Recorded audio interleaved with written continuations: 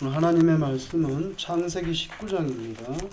창세기 19장 16절에서 22절, 창세기 19장 16절에서 22절까지 교독하겠습니다.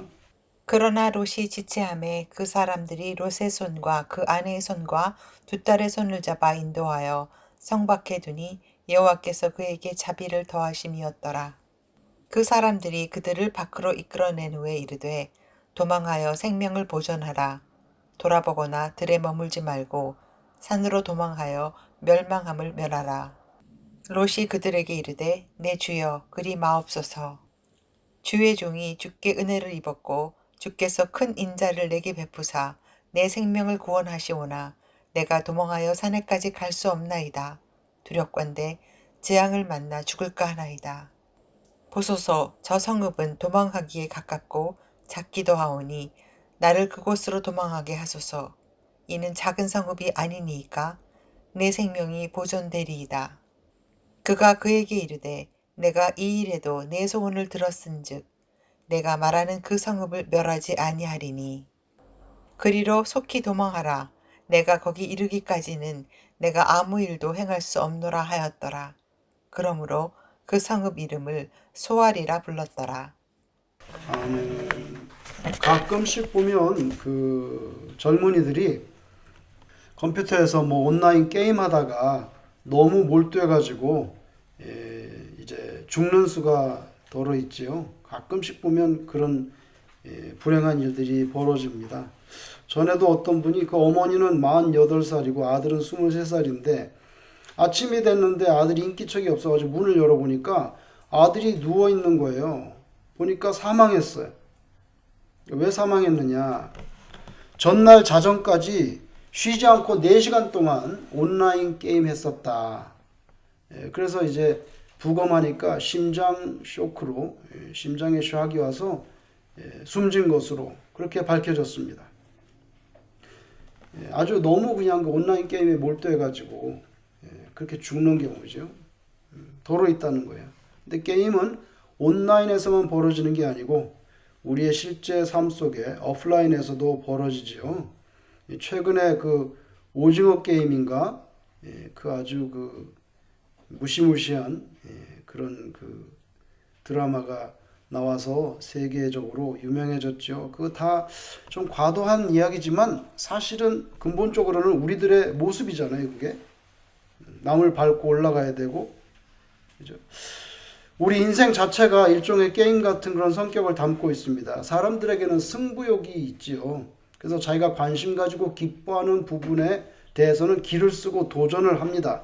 아브라함의 조카의 이야기예요. 오늘 이 롯은 소돔과 고모라라고 하는 그 지역에 들어가 살았는데 거기는 물과 초지가 아주 풍부한 곳이어서 바라만 봐도 가슴이 벅차게 느껴지는 그런 곳이 아니었을까. 목축하는 사람이니까. 그러나 거기에는 심각한 문제가 있었는데 바로 죄의 구렁텅이라고 하는 점이지요. 그래서 롯의 가족은 이제 아브라함과 헤어져 가지고 소돔과 고모라 그 도시 속에 들어가 살았는데 죄가 많아 가지고 불의와 부정한 곳인데 그 알면서도 거기서 계속 머물러 사는 거예요. 신앙인이라고 하면 자신이 몸담을 곳이 아니라고 하면은 거기서 벗어나야 되는데 롯의 가족은 그런 결단으로 이어지지 못하고 오히려 조금씩 소돔과 고모라의 그런 문화와 풍습 가운데로 이렇게 적당히 맞추어가면서 살고 있었던 것 같아요. 하나님께서 소돔과 고모라를 멸망시키기로 작정하셨습니다. 근데 아브라함의 중보 기도를 들으시고 특별히 천사들을 보내가지고 롯의 가족을 구원하시는 장면이에요, 오늘. 그죠? 친척 잘 만나가지고 목숨을 건졌어요. 아브라함 조카라는 이유 때문에 목숨을 건진 거예요. 그렇지 않았으면 다 죽었을 건데. 하나님께서 소돔과 고모라가 망한다, 멸망시킨다. 그 땅의 멸망에 대한 천기 누설이죠. 이거 천기 누설. 아무도 모르고 있어요. 아브라함밖에는. 근데 그런 천기 누설, 그거 롯의 귀에도 집어넣어줬어요. 그런 사전 정보를 주셨지만 롯의 가족들은 성경에 보니까 계속 빨리 나가야 되는데 유황불이 떨어질 건데 계속 민기적거리는 거예요. 오늘 본문에 보면 급기야 천사들이 억지로 그냥 거의 반강제로 그들의 손을 이끌어가지고 소돔과 고모라 지역 밖으로 내몰아내는 장면이에요. 그래서 여기 뼈가 있는 말씀이 있어요. 뭐라냐면 롯의 손과 그 아내의 손과 두 딸의 손을 잡아 인도하여 성 밖에 두니 여호와께서 그에게 자비를 더하심이었더라. 이렇게 나옵니다. 망하니까 빨리 나가라. 근데 민기적거리가 안 나가서 죽으면 뭐 그거 어떡하겠어. 그걸 가르쳐줬는데도 안 나가는데. 근데 그냥 천사를 통해서 손을 억지로 끌어내서 내보냈다. 자비를 더 줬다는 거예요. 그냥 청기만 누설해도 되는데 하나님께서. 그럼에도 불구하고 여러분 아시는 대로 롯의 아내는 가다가 또 뒤를 이렇게 돌아보지 말라 그랬잖아요. 돌아보지 말라는데 뒤를 돌아봐가지고 즉시 소금 기둥이 되고 말았어요. 여러분 들판은 물과 초지가 풍부해서 사람들이 모이고 그리고 성읍이 생겨나서 거기에 도시가 생겨나죠. 반면에 산지는 그렇지가 못해요. 그러나 이 들판의 넉넉함과 풍요 속에서 오히려 한 가지 결핍되기 쉬운 게 있는데 그건 또 뭐냐면 신앙이에요. 오늘날 이 미국 사회를 보세요. 초창기 청교도들이 여기 들어왔을 때 참으로 의식주 문제가 너무 심각하고 비참했어요. 그럼에도 불구하고 신앙만큼은 확실했는데 지금은 굉장히 풍요로운 그런 시대, 풍요로운 사회가 됐어요. 특히 유럽을 여행하신 분들 이야기 들어보면은 유럽은 미국에 대해서 비해서 정말 너무 가난하다는 거예요. 미국이 얼마나 풍족한 나라인가를 새삼 느낀다는 거죠. 그렇게 넉넉하지만 그런데 그 속에 하나님을 경외하는 참 신앙이라는 것은 오히려 다 퇴색되고 말았다는 거예요. 옛날에는 주일날 되면 전부 옷을 깨끗하게 차려입고 애들 손을 잡고 그리고 다 동네 사람들이 교회로 나갑니다. 옛날에 미국에서 진짜로. 가끔씩 영화에 보면 그 사실이거든요. 근데 지금은 애들 손잡고 교회로 가는 이런 모습 보기 힘들어요. 술집 하나 내려면은 무슨 리커스토어 하나 내려면 법이 너무 조례가 까다로워가지고 교회가 있는 데서부터 얼마나 멀리 몇 마일 다 규정 따라서 그런 리커스토어 하나 내려면은 너무너무 그다음 컬처가 그걸 받아들이지 않는 거예요. 근데 지금은 완전히 변했잖아요. 완전히 변했어요. 그래서 먹고 사는 거는 굉장히 풍족해졌는데요. 신앙은 퇴색했다는 거죠. 롯의 가족의 형편이 그런 거예요. 죄악의 도시를 떠나서 산으로 가야 되는데 오늘 그렇게 산으로 가라 했잖아요. 그게 바른 디렉션이에요. 근데 산으로 올라가는 거 힘들지요. 또 그곳에는 물과 초지도 별로 없어요. 근데 바로 거기로 가야만 살 수가 있어요. 천사들은 그렇게 알려줬는데 롯은 아마도 오늘 말씀을 보니까 내가 그 산에 올라가기도 전에 나도 유황불 맞아가지고 타 죽거나 겁이 나서 못 가는 거예요. 가라는데 아니 가라고 했으면 다 보호해 주겠지. 근데 가기도 전에 나 죽을 것 같아요. 이렇게 말하는 거예요. 하늘에서 비 오듯이 쏟아져 내리는 불덩어리 맞아갖고 안 죽겠습니까? 겁을 내는 겁니다. 그래서 굳이 다른 성으로 저기 조그만 성인데 저기로 가면 안 될까요? 아 지금 이거 다 망하는 판인데 거기를 가면 또 어떻게 해? 아브람 때문에 살려주는 건데 거길 또 문제가 돼. 그럼 거기로 가라. 그것도 또 하나님께서 자비를 베풀어줬어요. 너 때문에 거기는 손 안 된다는 거죠. 그래서 굳이 다른 성읍으로 가겠다고 해서 자기 뜻대로 했잖아요. 고집을 피우는 거예요. 산으로 가라 그러면 되는데 아이고 가다가 죽겠어요. 그러니까 다른 성읍 저기로 갈래요. 근데 여러분 성경을 계속 읽어보면 오늘 길어서 읽자. 그 뒤에 읽어보면 어떻게 됩니까? 그 소활성에 들어가서 살다가도요 심리적인 안정을 얻지 못하는 거예요. 왜 그러냐면 자기가 소돔과 고모라를 어떻게 망하는지 봤거든. 자기 눈으로. 하늘에서 그냥 불덩어리가 쏟아져 내려와서 다 타죽고 파괴되는 거 봤으니까 소활성읍에 들어가서 불안한 거. 이것도 언제 여기도 또 떨어지려나? 그런 거 아니겠어요? 그걸 자기가 직접 봤기 때문에. 그리고 또 자기 와이프가 소금 기둥이 되는 걸 직접 봤기 때문에 공포심에 시달리는 거예요. 그래서 결국 늦었지만 뒤늦게 창세기 19장 30절에 가서야 처음에 천사가 지시한 대로 그제서야 다시 산으로 올라갑니다. 다시 산으로 올라갑니다. 자기가 피신해 있던 그 소알 성읍에도 어느 날 자다가 유황불 확 떨어져서 죽지 않을까, 뭐 이런 그런 환영 속에 시달렸던 것 같아요. 그래서 이거 안 되겠다. 다시 성에서 나와서 산으로 올라가는 게 19장 30절이에요. 불안하는 마음에서 벗어나지 못하는 거죠, 여러분. 처음부터 그렇게 했어야 되는데 자기 생각대로 하더니만 마침내는 다시 산으로 올라가네. 산은 이 하나님과의 교제가 강화되는 장소죠. 성경에 보시면 여러분 호렙산, 헬몬산, 시온산, 갈멜산, 변화산, 성경의 인물들이 산에서 하나님의 음성을 듣거나 뭐 금식 기도를 하거나 하나님과의 교제가 깊어졌다는 거 우리가 성경을 통해서 알 수 있어요. 물질적으로 풍요하고 살기가 비교적 이지한 그런 들판에 안주하지 않도록 해야 됩니다. 우리의 거주지는요, 거가 풍부하냐 궁핍하냐 그게 기준이 아니라 거기에 신앙을 잘 지킬 수 있나? 거기는 죄가 관영한 곳이 아닌가? 이런 게 기준이 돼서 우리의 터가 잡힐 수 있어야 돼요. 영적으로 비유하자면 죄악이 관영한 도시, 물과 초지가 풍성한 들판을 떠나서 건조하고 차가워서 정신이 번쩍 드는 그런 산으로 올라가야 된다는 거예요. 올라가야 된다. 뒤를 돌아보지 마라. 롯의 아내와 같이 될 수는 없지요. 어찌됐건 간에 다 끝났어요. 뒤는 돌아보면 뭐해? 고칠 수가 없는데, 돌아갈 수가 없는데, 그러니까 돌아보지 마라. 소돔과 고모라는 멸망한다. 산으로 올라가라. 뒤를 돌아보지 마라. 뭡니까? 거기 두고 온 재산, 그거 양떼들, 그거 어떻게 그거, 아유 내가 어떻게 키운 건데. 돌아보지 마라. 하나님이 심판하는 거 구경하지 마라. 왜냐하면 하나님이 해피한 상태가 아니에요 지금. 하나님이 그 구경하는 거 별로 원하지 않으셨던 것 같아요. 그냥 똑바로 가라. 하나님 마음도 불편하실 거 아니에요. 그 편하겠어요? 많은 사람이 죽어가는데. 하나님 심판하는 거, 인간 너 구경하는 거 원하지 않아. 올라가. 근데 굳이 뒤돌아봐. 오늘 금년 마지막 주일, 비울 것을 잘 비워야 하는 시기가 왔어요. 살면서 여러분 좋은 것으로 채우는 거 중요합니다. 막 냉장고도 막 채우고 막 또 뭐죠? 또 뭐 있어요? 클라짓도 옷으로 막 채워서 쭉 하고 그냥 뭐 옷걸이가 주르륵 이렇게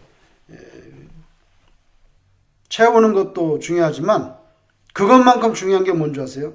잘 비워내는 거예요.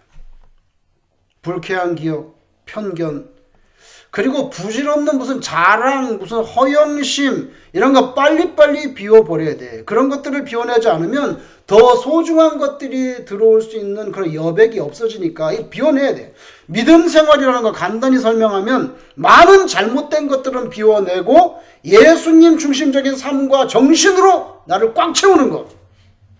여러분 컴퓨터를 보시면 또 쓸데없는 파일들 버리는 그 휴지통이 있죠?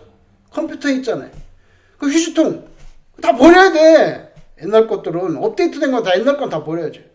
그리고 가끔씩 그 휴지통조차도 딱 클릭해가지고 그거 다 휴지통도 통째로 다 거기 있는 거 싹 펄머널리 비워버려야 돼. 마찬가지로 악하고 비신앙적인 불필요한 것들 과감히 그거 버려야 되죠. 롯은 버리고 떠나야 할 땅과 그 시기를 청기 누설로 다 듣고 알았는데도 행동상으로 신속함을 보여주지 못했어요. 오히려 천사들이 더 답답해할 정도까지 갔으니 어떻게 롯을 신앙적인 인물이라고 말할 수 있겠어요. 겨우 삼촌 잘 둬가지고 아브라함 잘 둬서 목숨 건진 사람일 뿐이에요. 요한계시록에 보면요, 사탄의 세력으로 상징되는 성이 나옵니다. 시리가 나옵니다. 그거 뭐냐면 바벨론이에요. 또 반대로 바벨론에 반대되는 개념이 뭐가 나오냐면 예루살렘, 이제 말세니까 새 예루살렘이 나옵니다.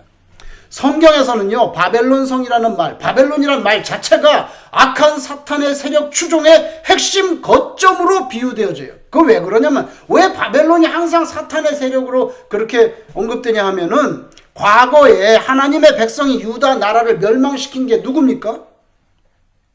바벨론이잖아요. 그죠? 바벨론. 하나님의 백성들을 멸망시킨 게 바벨론이기 때문에 하나님과 반대 세력이에요. 그래서 바벨론 하면은 사탄의 세력을 상징하는 거죠. 그죠? 신자가 들어가 살아야 될 성은 어디예요? 그건 종례적으로 하늘에서 내려오는 새 예루살렘 성이에요. 우리는 그곳에서 어린 양 예수님과 함께 영원한 삶을 살게 됩니다. 사탄은요, 속이고 변장 잘합니다. 변장하는데 능통해요. 에덴 동산에서 하와를 속이고 꼬드겨가지고 선악과를 먹게 할 때부터 시작해서 이 세상 끝날 때까지 끝없이 성도들을 속이고 변장하고 파멸시키려고 들어요. 그래서 성삼일체 하나님을 흉내를 냅니다. 또 이게 사탄이 자기가 성삼일체 하나님 흉내를 내고요. 그렇게 흉내 내려고 또 변장도 하고요. 그래서 세상 사람들을 속여서 헷갈리게 해가지고 하나님을 섬기지 못하게 하고 사탄 자기를 섬기게 만드는 거예요. 예를 들어볼까요? 하나님은 어떤 분이십니까? 성삼위일체 하나님, 그죠? 홀리 트리니티. 우리 기독교 하나님은 성삼위일체, 홀리 트리니티. 뭐예요? 성부와 성자와 성령이 있습니다. 근데 요한계시록에 보면 사탄이 그대로 흉내를 내고 있어요. 뭐가 나옵니까? The large red dragon이 나옵니다. 큰 붉은 용이 나옵니다. 근데 그 큰 붉은 용이 바다에서부터 first beast, 첫 번째 짐승을 불러 올립니다. 그리고 육지에서부터 second beast, 두 번째 짐승을 불러 일으킵니다. 그렇게 해서 용과 두 마리의 짐승 합해서 unholy 트리오를 만듭니다. unholy 트리오를 만들어요. 이게 성삼일체 하나님이 흉내내는 거예요. 꼭 그렇게 해요. 그죠? 그리고 사탄의 그 세력 거점도 영어로 말하면 The Great City, 바벨론. The Great City. 성경에는 큰 성이라고 나와요. 그런데 이것도 흉내낸 거예요. 뭘 흉내낸 줄 아세요? 예루살렘은 The Great City라고 잘 안 합니다. Great High Mountain에 있는 The Holy City라고 말하지, Great이라는 단어는 그 산을 말할 때 The Great High Mountain에 Holy City가 써 있다 그랬어요. 계시록에 보면. 그래서 새 예루살렘은요, The Holy City예요. 근데 사탄은 그거 흉내내는데 The Great City, 바벨론을 만드는 거예요. 흉내를 내요. 또 여자가 나와요. 요한계시록에 보면 워먼이 나옵니다. 이 여자로 상징되는 거는요, 교회예요. 여자가 아이를 낳아요. 그 지저스 크라이스트예요. 여자가 나오는데요. 그런데 이 사탄도 흉내를 냅니다. 바다에서 올라온 첫 번째 짐승, first beast를 타고 다니는 여자가 있어요. 그 첫 번째 짐승을 타고 다니는 여자가 있어요. 그 여자가 바로 바벨론이에요. 또 그렇게 바벨론이 표현해요. 그래서 이거 흉내를 내는 거예요, 여러분. 예수님의 신부는 누굽니까? 영적으로. 예수님의 신부는 누구죠? 예, 성도들, 교회입니다. 교회입니다. 교회가 뭡니까? 성도들의 모임이잖아요. 그죠? 예수님의 신부는, 즉 예수님의 신부, 교회, 여자. 예수님은 신랑, 신부, 여자, 교회. 그리고 사탄의 신부, 사탄의 신부, 바로 퍼스트 비스트를 타고 다니는 그 여자입니다. 거짓 종교 집단이에요. 일종의. 여러분, 성경에 보면요, 거기서 라는 말이 나옵니다. 크게 두 가지 개념으로 이해해야 돼요. 거기서라는 단어가 나와요.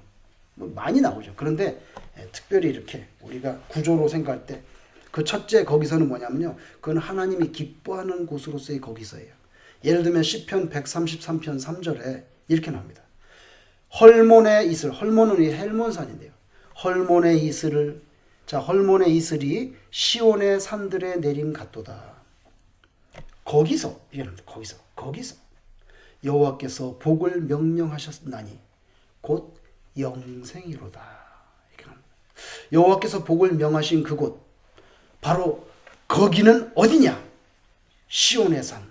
다시 말하면 성소가 있는 곳, 다시 말하면 하나님을 예배하는 곳 예루살렘이에요. 예루살렘. 그죠? 그래서 헐몬의 이슬이 시온의 산들에 내린 각도다. 거기서 여호와께서 복을 명령하셨나니 곧 영생이로다.